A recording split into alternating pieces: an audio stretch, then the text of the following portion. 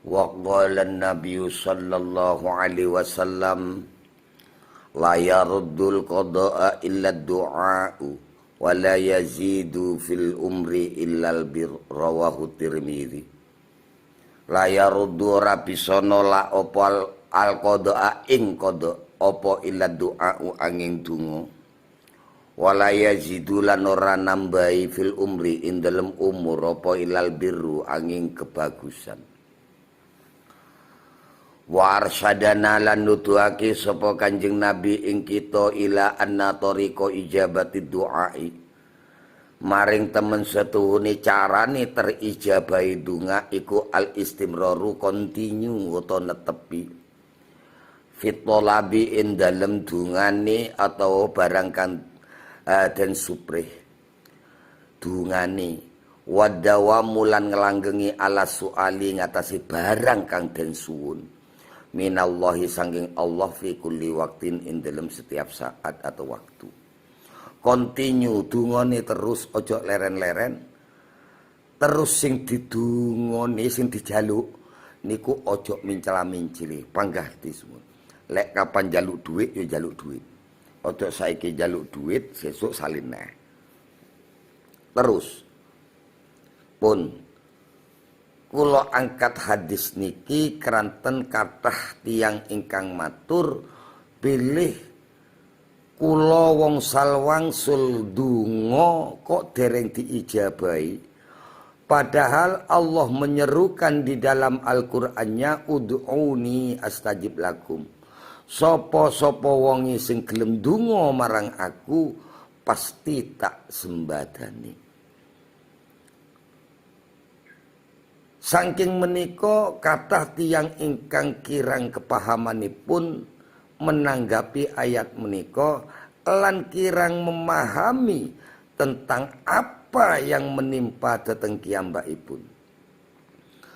Keranten kalau dilihat dari dak bisa menolak kodok, pastilah di sini kodok yang dak enak.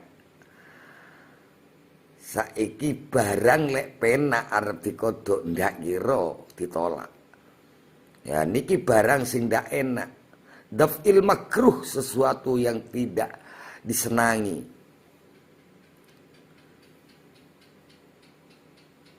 Kaum muslimin muslimat, saderenge kula matur tentang sejauh kodok.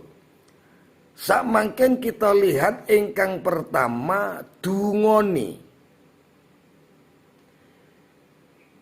ingkang angka kalih sing donga, ingkang angka tiga nih tarjete atau balaknya. Terus ketiga-tiganya ini sangat-sangat pengaruh dalam keijabahan. Keranten donga itu wonten tigang karakter, wonten tigang perkawis. Wonten donga ingkang kuat yang bisa menanggulangi menolak kodok atau bisa mengobati kodok yang telah terjadi. Bisa yadfa'uhu qablan nuzul, ada yang yu'alijuhu ba'dan nuzul. Iso nolak kodok ingkang dereng temurun lan saged ngobati kodok yang telah terjadi. Niki keranten dungane kuat.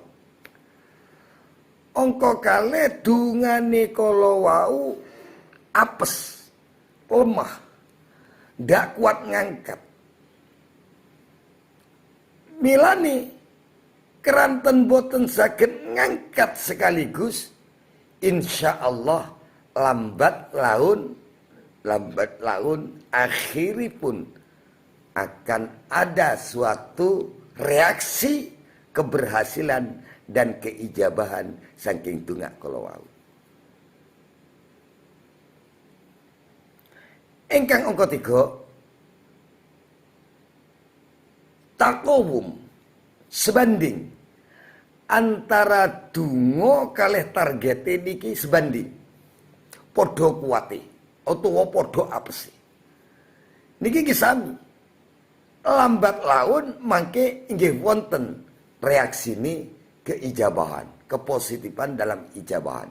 Cuma kalih sing dhaif, kalih ingkang takawum iku tasik cepet takawum sing sebanding. Monggo niki ditingali saking donga. Sakniki donga ingkang apes, ingkang lemah. Keranten otomatis nerangno donga sing lemah, maka muncul donga ingkang kuat. Niku otomatis. Satu takrib akan menjumpai takrib, satu definisi maka akan muncul definisi yang lain. Apese donga niku keranten fihi udwanun, di dalam mengandung permusuhan. Tato dungane niku wau mengandung permusuhan. La yuhibbuhullah. Dunga sing kados mekaten boten diremeni dening Allah Subhanahu wa taala. Niku mulane saking menika dunga yang mengandung permusuhan niku akan membawa dampak lemah, apes sateng dongaipun. Apes dateng dongaipun. Mula kula dalasan panjenengan sedaya ampun sekali-kali mempunyai unsur kebencian yang mana kebencian itu sampai membawa dampak donga dateng tiang lintu. Lek cara tiang sakniki wong Jawa nyedakne wong. Ampun. Niku ingkang pertama. Fihi udwan, di dalam doanya mengandung unsur kejahatan, permusuhan, kedaliman. Ingkang angka kalih keranten adamu iqbalil qalbi ala Allah wa jam'iyatihi alaihi waqta doa. Tekala donga atine niki ndak fokus marang Gusti Allah.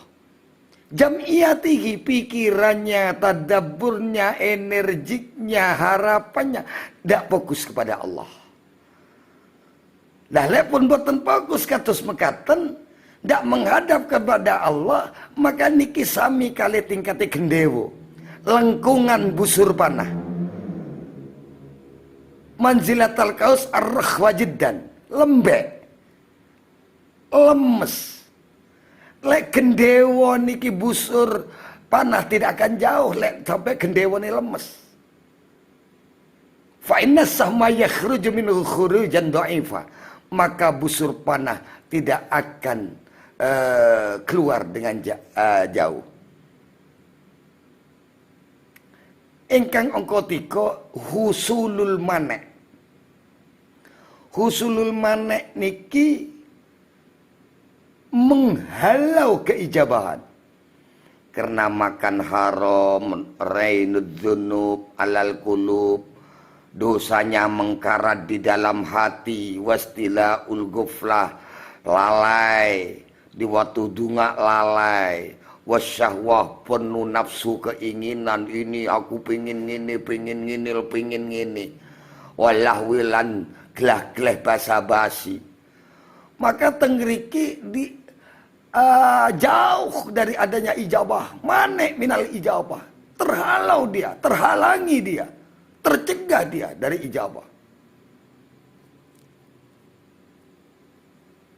Menawi fil kolbi niki tiangi, tapi lek fihi udwan niku dungani.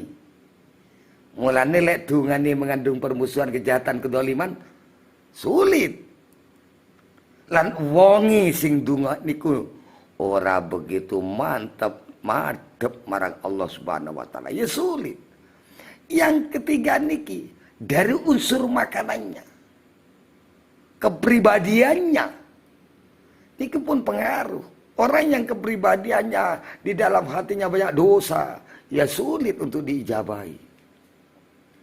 Pun yang kita lihat yang nomor 3 ada doanya, ada yang berdoa, ada target yang didoakan, Pak. Niki yang paling harus kita mengerti.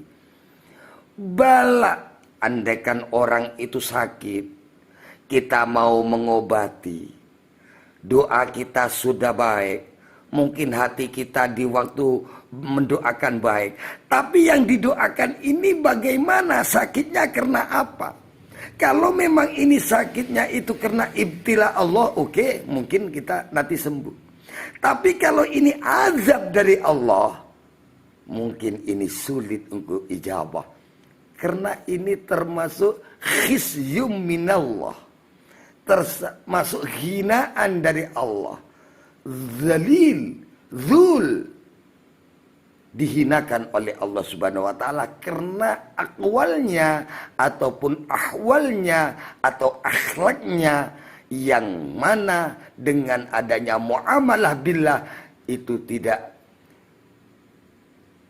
mengikuti kriteria syariah. Mungkin korupsi, mungkin orang itu ahli zina, mungkin orang itu pencuri, mungkin orang itu melalaikan ibadah kepadanya, maka Allah memberikan azab.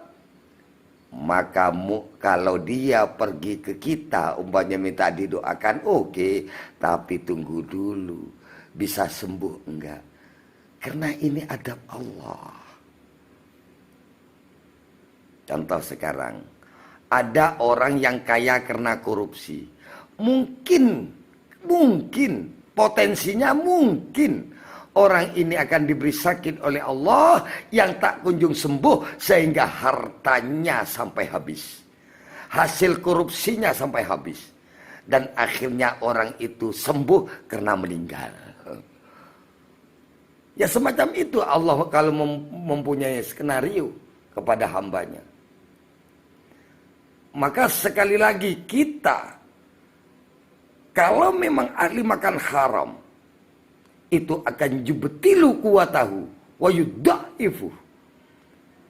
Makanan haram bisa membatalkan kekuatannya doa dan melemahkan kepada ijabahnya doa.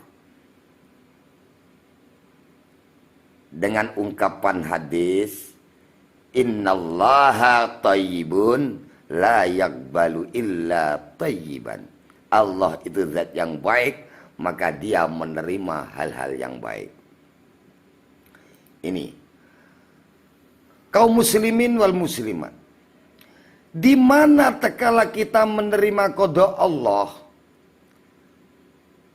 maka Allah lebih tahu apa yang akan diberikan kepada kita. Karena Allah tatkala menjalankan qada qadarnya, Allah menjalankan dengan zimamil hikmahnya. Fala tattahimullaha fi qada'ih fa inna qada'ahu bizimamil hikmati mazmum. Janganlah kau menyangka buruk kepada Allah di dalam qada'nya. Mungkin di dalam doanya tidak terijabah, atau permintaannya belum dituruti oleh Allah. Fa inna qada'ahu bizimamil hikmah mazmum. Karena kodoknya Allah ditegakkan dengan kendali hikmah. Yakin Allah memberikan kodok-kodarnya apa ya kepada kita, toh walaupun itu merupakan makruh, hal yang tidak kita senangi, yakin di balik itu ada hikmahnya. Karena akal atau pikiran kita belum sampai ke hikmah itu. Makanya terima dengan hati yang khilm, hati yang sabar, dengan secara roja. Hikmah apa yang akan diberikan oleh Allah sesudahnya ini nanti sudah berkunjung selesai, ataupun sembuh, ataupun hilang. Makanya ada suatu perkataan yang sangat-sangat baik bagi saya, terutama kalau memandang tentang Mengapa orang itu bangkrut? Mengapa bisnisnya hancur? Karena yang paling dilihat pertama kali adalah khibdu ra'sil mal. Menjaga, meneliti dulu modal yang akan dijalankan. Karena khibdu ra'sil mal muqaddamun ala ribahi. Menjaga modal didahulukan dulu, belum menghitung-hitung keberuntungan. Kalau sekarang tidak, orang menghitung keberuntungannya dulu, baru berani hutang. Baru berani hutang, sampai-sampai ribawi bank dia ngawur. Ini namanya tidak menjaga ra'sul malnya, modalnya. Apa yang didapat akan kehancuran nanti. Diingat perkataan saya, khibdu ra'sil mal muqaddamun ala ribhi. Mendahulukan penjagaan diri dari modal, jaga dari haram, itu harus didahulukan sebelum kamu hitung-hitung badi. Kalau sudah bagus, kamu punya modal baik, sudah ada di dalam genggamanmu, dan sudah betul-betul halal, baru kamu memikirkan bisnis apa ya yang memberuntungkan kepada kita. Bisnis apa ya yang menjadi keahlian kita. Karena kunci utama itu ahliyah. Ahliyah itu penting. Karena kalau tidak ahliyah, sama dengan saya umpamanya diberikan modal 1 M, disuruh bisnis, kira-kira 1 M-nya habis, bisnisnya ada. Karena aku udah ahli apapun, gitu. Itu kalau tentang bisnis. Atau mungkin kecerobohan makanan yang seperti tadi, Allah akan memberikan pembalasan merupakan penyakit yang menggerogoti kepada diri ini. Karena apa? Dagingnya nabata min haram. Karena daging kita itu tumbuh atau muncul dari hal-hal yang haram. Maka Allah akan menghapus semacam itu. Atau putusnya tali rezeki. Muttasilatul arzak. Opo? Kok iso macet iki opo? Kok iso putus iki opo? Jangan kita itu ittiham kepada Razzaq dulu, kepada Allah dulu, tapi ya'udhu billaumi ala anfusihim. Kembali maidu awai. Yang ngopo? Kalau memang irtikabi maksiat, istighfar. Jikalau kita mengerjakan kemaksiatan, istighfar. Jikalau kita israr ala mukhalafatillah, tobat. Jikalau kita itu gharim kepada ahli dolim, istihlal. Amri halalnya. Aku salah. Aku yaya nyaur dak nyaur. Mendolimi. Maka wong sing ngengel-ngengel nyaur utang, Pak, iku terkadang orang itu akan sulit ekonominya. Rezekinya akan terputus. Wong duwe wedhus, duwe sapi, nyang tanggane, nyang koncone duwe utang gedine 500 ndak nyaur-nyaur. Padahal duwe wedhus, padahal duwe sapi. Makanya di dalam surah kita matlul ghani zulmun. Orang yang memperlama, mengulur-ngulur, orang yang punya uang atas nyaur utang itu termasuk kedaliman. Ini nomor lagi yang termasuk memutus rezeki tidak datang karena ketidakingkaran kita tekala ada suatu hal yang jelek atau kedoliman ada di tangan safih dan tangan dolim. Kalau anak wong mendu ngelakoni barang elek, ingkar, ojo diewangi malah. Kalau ada orang dolim, kamu tahu atas kedolimannya, ingkar, karena itu pengaruh. Sama dengan kita mempunyai tetangga.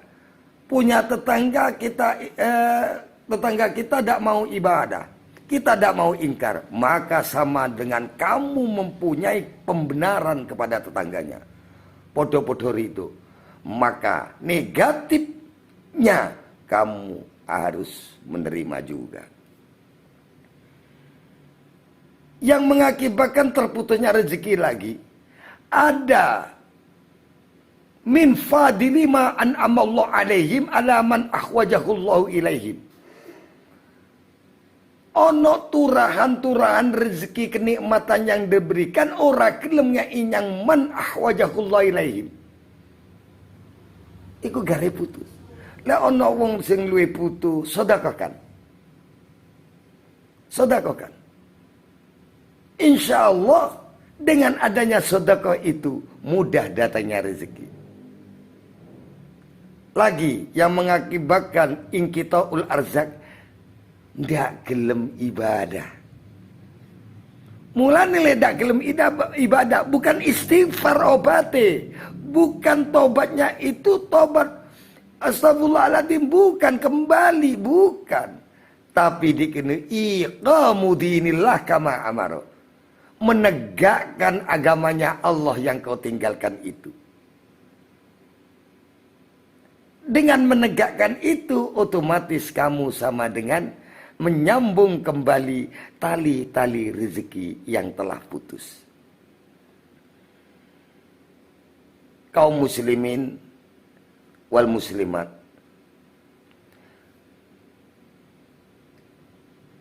kembali kepada bagian dari hadis, bahwasanya tidak ada tadi tentang penambahan umur kecuali kebaikan.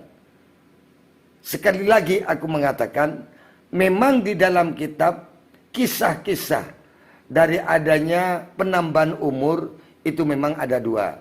Yang pertama, melihat kualitas kuantitasnya umur untuk dibuat ibadah, maka walaupun pendek dikatakan panjang. Pertama, saya tidak pernah ibadah karena saya bersedekah banyak. Lantas Allah memberikan kualitas kuantitas umur, baik ibadah malah mempeng, daftar haji, zakat. Dibanding dengan yang 100 tahun tapi tidak mau ibadah, jelas panjang yang 40. Dan juga keterangan tadi bahwasanya memberikan sebuah keterangan yang jelas bahwa ada di dalam kisah memang durasi waktu ataupun samratul a'mal, buahnya amal yang ada di dalam umur itu. Jadi kalau yang durasi waktu itu yang telah terjadi di dalam zamannya Nabi Musa. Orang yang memberikan sedekah bontrot dipanjangkan oleh Allah dari 3 hari menuju 30 tahun. Dari ini semuanya lah kepada kaum muslimin wal muslimat, kalau memang apa yang kita minta ataupun terjadinya kodok ataupun kita menerima hal yang senang di hati atau hal yang tidak kita senangi di hati, mari kita semuanya kita lihat dari mana dan karena apa, semuanya kita akan mengetahui dari unsur-unsur kenikmatan yang kita terima ini karena datangnya dari sini. Kalau unsur-unsur hal yang tidak kita senangi karena unsurnya dari begini, tertolaknya doa karena begini, dan kuatnya doa karena begini, semuanya kita jalani, insya Allah akan menjumpai titik temu doa yang berilmiah ataupun kode Allah yang berilmiah. Dan juga dengan adanya kesabaran hati atau kemantapan hati, fokusnya hati, pikiran, energi, kekuatan, semua akan berlapiskan dengan ilmiah yang mana ilmiah itu kita testimoni setiap waktu, setiap saat kita meminta kepada Allah Subhanahu wa Ta'ala, karena apapun alasannya Allah adalah Karim, Allah adalah Al-Wujud, termasuk Jawad, Allah Al-Wahhab, dan Allah Al-Mu'ti. Semuanya ini adalah aqwal asbab, adalah doa. Walaupun di dalam kitab-kitab tasawuf mengatakan la yakun talabuka sababa. Doamu bukan termasuk sebab, karena di sana aulia-aulia. Tapi toh akhirnya kalau diteruskan di dalam hikam itu, inti yang akhir adalah kita tetap dituntut dalam berdoa oleh Allah, karena di sana ada sirri Allah Subhanahu wa taala. Siapa tahu kita berdoa, Allah menghilangi atau Allah nyembadani apa yang kita minta. Sirri yang dilihat semuanya itu. Dan ada hadis, malam yas'alillah faqad qadiba alaih. Siapapun yang tidak mau minta kepada Allah, Allah murka kepadanya. Dan juga hal yang sepele pun Kanjeng Nabi mengatakan, mintalah kepada Allah. Apa itu? Liyas'al ahadukum rabbah hatal milhali ahli. Garam pun disuruh minta kepada Allah untuk keluarganya. Atau hatta sos'ana'leh, ataupun tali sandal, kalep sandal yang putus disuruh minta kepada Allah. Yang intinya hadis ini adalah sekecil apapun yang kita butuhkan, tetap mintanya kepada Allah Subhanahu wa taala. Jangan sampai melewati kesyirikan, jangan sampai melewati kedoliman, sampai kita minta kepada selainnya Allah. Na'udzubillahi min dalik, na'udzubillahi min dalik, na'udzubillahi min dalik. Allahumma khfatna bi syari'atika, wakhfatna bi imanika, wakhfatna bi ihsanika, wa zayyinna bi hilmik. Semoga Allah memberikan semuanya terjaga, semuanya ke hati kami, sehingga apapun yang diberikan oleh Allah kami bisa menerima. Kami bisa menerima. Dan apapun yang tidak kita senangi, kita bisa sabar menerimanya. Wassalamualaikum warahmatullahi wabarakatuh.